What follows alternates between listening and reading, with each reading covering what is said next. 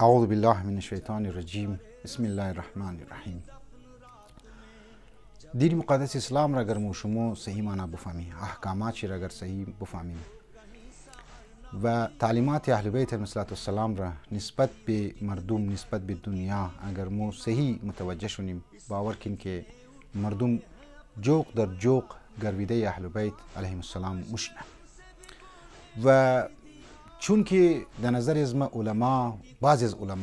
از مذهبی افرادها یا از یک طرف وظیفه خود صحیح انجام ندادن، پیغامات صحیح دین را در مردم نرساندن، و از دیگر طرف چون مردم خودشی هم به طرف صحیح مسائل های که یا تعلیمات اهل بیت علیهم السلام نرفتن، مومن گرنی که در خود یک سوسایتی که مذهبی معاشره هست، دینی معاشره هست، اهل بیتی معاشره هست، اونجی مختلف شبهات و مختلف اعتراضات نسبت به دین، نسبت به احکام خداوندی پیدا میشنه و جوانها را یک عده بعضیش خودغرض است، بعضیش نادان هستند و اونها جوانها را گمراه مونن یا جوانها خودون چی بعض اوقات گمراه میشنه. لذا ما یک تحقیق نیاز داریم نسبت به دین، نسبت به احکام و نسبت به شبهاتی که تقریبا در نظر از ما هر شبهه‌ای در تعلیمات اهل بیت علیهم السلام داده شده و علما داده، اصطلاحات تبدیل شده، امو شبهات را در نو انداز بیان کردن، لیکن به هر حال جوابها داده شده که این جوابها باید برای شما عزیزان، برای شما سروران عزیز باید برسه. یکی از شبهاتی که بسیار معروف و مشهور است و در خودی فیمینیستا و خودی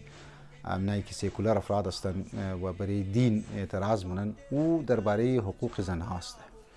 مسئله حقوق زنها واقعا یک مسئله امروز تقریبا جهانی شده و فیمینیزم از خاطر امزی مسائلی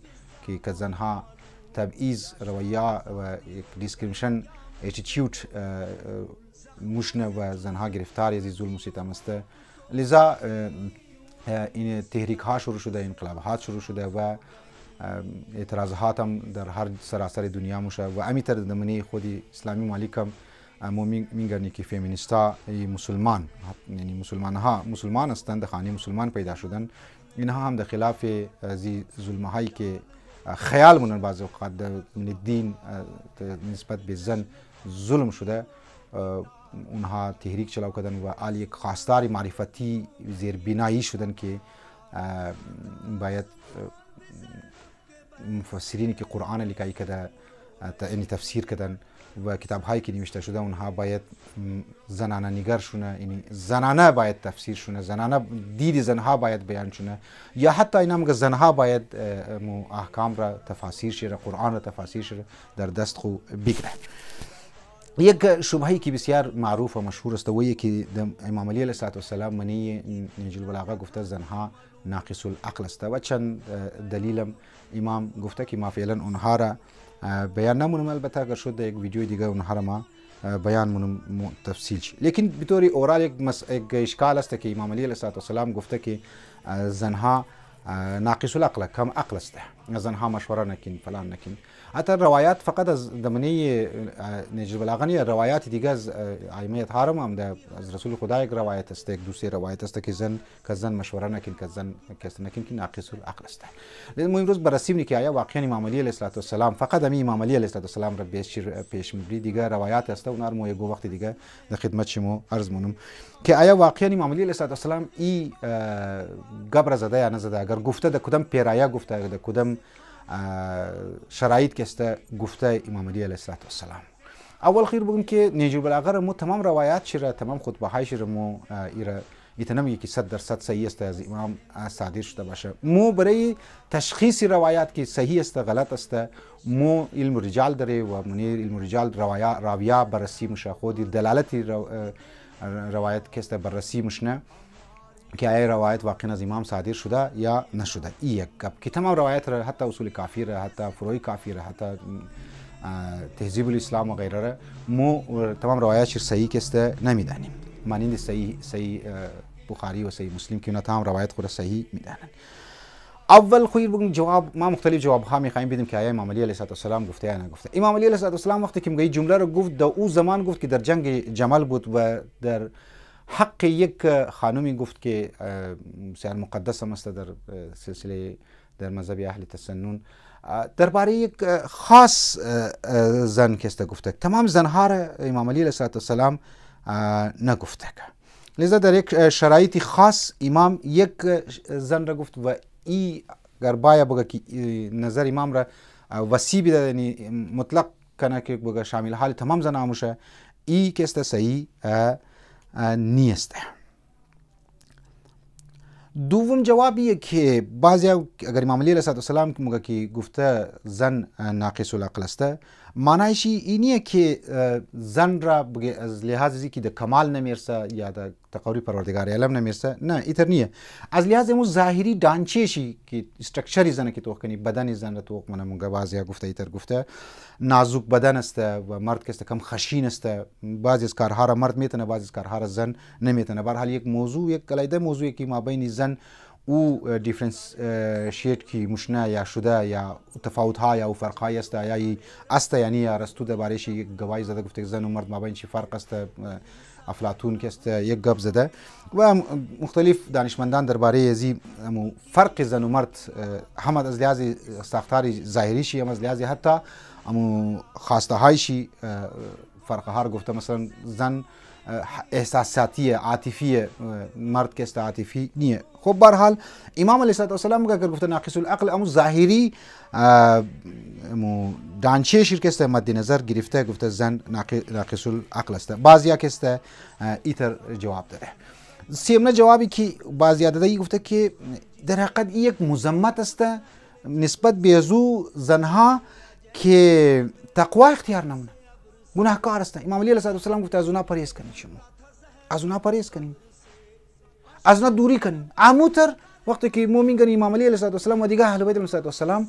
بعضی از زنها رو گفته از بعضی از مردها پرهیز کنید، اینی مردها اینتر است. لذا ناقص العقل بودن که مولا اینجا گفته معنیش اینیه که تمام زنها ناقص العقل است، بلکه اونهای او زنهایی است که تقوا ندارن، او زنهایی هست که فحشا و منکرات و مبتلا هستند، تشهوات کست مبتلا هستند. مو حتی دمنی روایتی میگرنی که حتی امام یک جوان را کده یک جوان دیگه اردویش مرد است هم نشینی نکو، معنیش که امام اگر گفته فلان صفات را گفته یا فلان صفات رذیله را برای شخص انسان مرد گفته، معنیش که تمام مرد هر گفته بده، نه گفته که فلان نفرایی که این صفات داره که زو هم نشینی نکو. اینجا امام مخاطب شی میگه که بعضی از زنها منیشی تقوا نیه، منیشی گناهکار هست، پرهیزگار نیست، فاسد است، از نشمو پرهیز کنین. لذا اونها را گفته در ازی پیرایه مولا جواب داده که ای شامل حال تمام زنها که است نموشنه. لذا از من معنیش است که امو اصلی جواب ایه که بعضیا ایره گفته که امام در یک شرایط خاص، در یک محدود مکان خاص نسبت به یک زن ای گبر زده که او ناقص العقل است و او مردمان طرف گمراهی که است مبره و یک مسئله تاریخیه. لیکن ما بعضم تر میگم که از این قدرم بهترین جواب امیه که عزیزان من باید هر روایت که شما میشنوین از هر امام باید از عالم یا از علما پرسان کنین، اگر گو خواهد داوت منش پیدا میشه، گو شک پیدا میشه یا او تر مطلبی که موقع که در عقل انسان او نمیشنینی مطابق عقل چینیه، از علما باید پرسان کنی که این روایت تفسیرشی چیه، آیا این روایت امام بیان کده یا نکده، از امام صادر شده یا نشده. به هر حال مو گفتم روایاتی که مو بیان منی علما که بیان منه یا تمنی کتاب خایز مستق مناسب درصد صحیح نیست، خاصا در مسئله احکام دینی یا او جایی که یک شبهه بسیار واضحی که مومنگرنی از روایت مایه بویشی اونجا مور قبول نمونی، چون که در منی تاریخ اسلام وقتی سیره اهل بیت علیه السلام را توق منی، وقتی خودی وجود مبارک رسول خدا صلی الله علیه و آله و سلم را سیره چیر توق منی، خودی قرآن را انسان توق منه نسبت به حقوق زنها اینقدر احتیاط را رعایت کرده و اینقدر احکامات جاری کرده که در نظر از ما بارها گفتم اگر مردها خبر شونه که حقوق زنها چقدر زیاد نمی اسلام بیان شده، اونجی در جای زنها باید مردها تحریک چلاو میکرد که اسلام کد از مو ناروا سلوک کده و اسلام کد از مو یک تبعیض آمیز رویه اختیار کده، زنها چرا قدر حقوق داره. لذا امروز شما نیاز داریم عزیزان من، علما ما در خدمت علما میگم که احکام دینی را، تعلیمات اسلامی را باید صحیح برای مردم برسندنی تا شبهات ایجاد نشنه و خودغرض افرادها از اونها استفاده نکنه از او شبهات و از او روایتی که ضعیف است و مردم را و جوانها را ذهنش از دین و از اسلام دور کنه و از اهل بیت دور کنه. پروردگار عالم ما شما توفیق بده که ما دین را در نگاه مدبرانه انداز ما توخ کنی و طرفش توجه کنی و تحقیق کنی. والسلام علیکم و رحمت الله و برکاته.